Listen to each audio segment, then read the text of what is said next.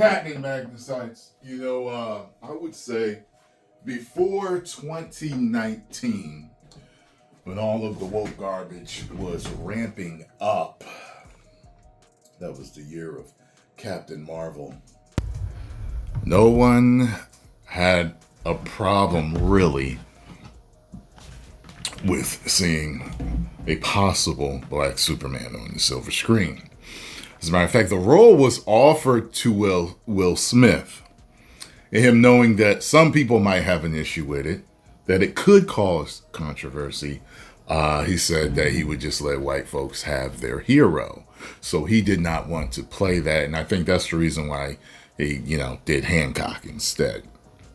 Now, but since I've been doing this, I kind of have a gauge on the fandom, and from what I've seen, the majority of the fandom would not have had a problem seeing a Calvin Ellis movie, a updated Steel movie with what we can do now.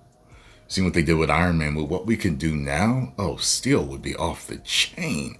I would love to see a Steel movie. Or Val Zod.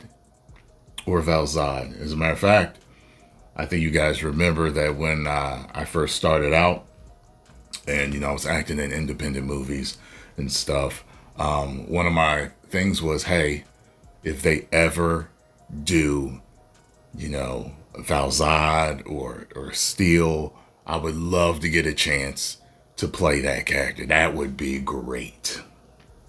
Then the woke times hit, and everything is preachy, pushed, heavy, in your face, no matter what it is. We have to race swap this character. We have to gender swap this character. We have to sexuality swap this character. All women can kick every guy's behind in the world. No woman ever needs a man. We're useless. We're stupid. All this stuff was starting to be pushed now. And now people are extremely sensitive to this stuff.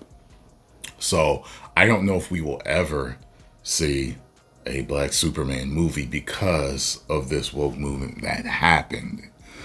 And that's woke definition number 2. First, woke is just another version of being awake.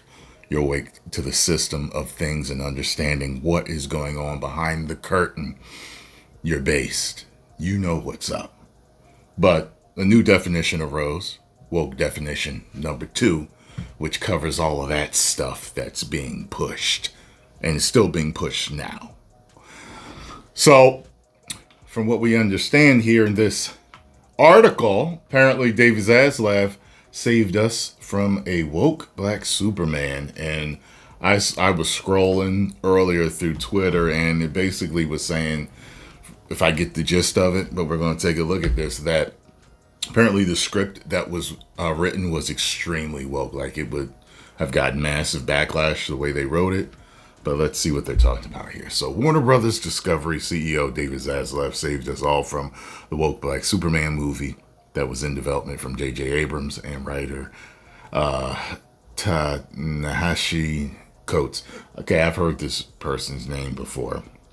From what I understand, they're very controversial.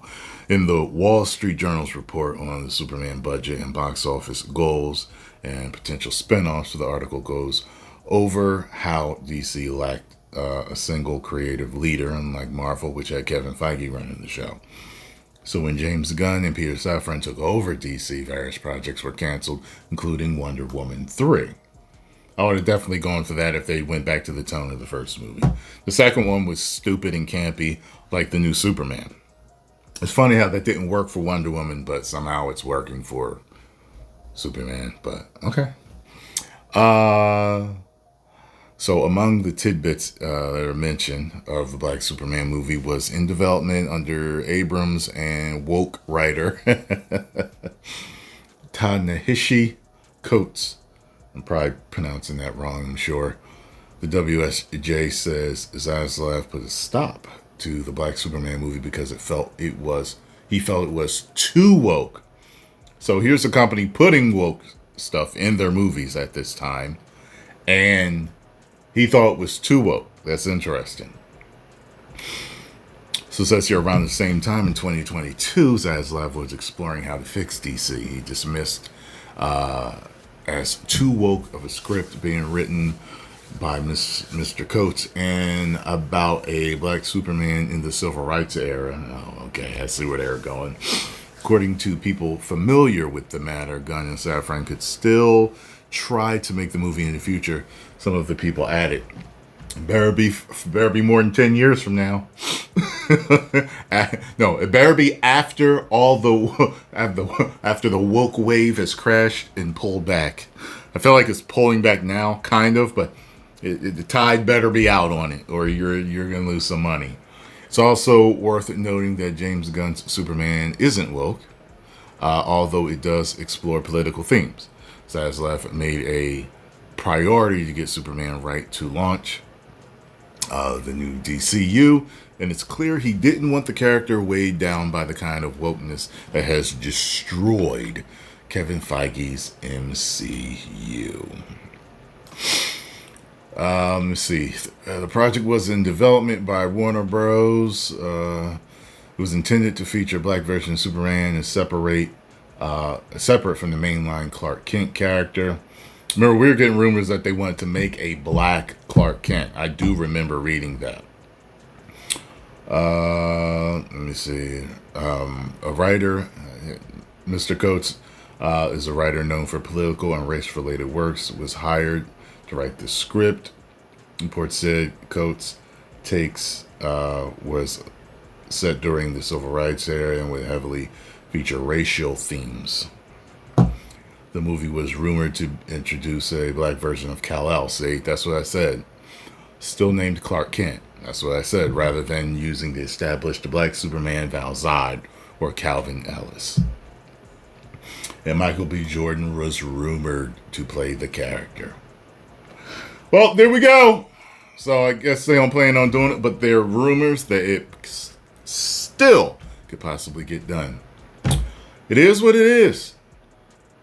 Continue on, good sirs at WB.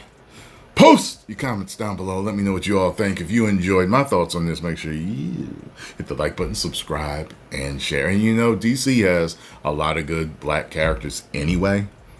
So there's really no need to do the whole race swap thing, but whatever. Do what you want. If you're going to do one, do Val-Zod or do Steel. I would say Steel. And do it right. I would say Steel. Steel would be badass. 10 million subscribers.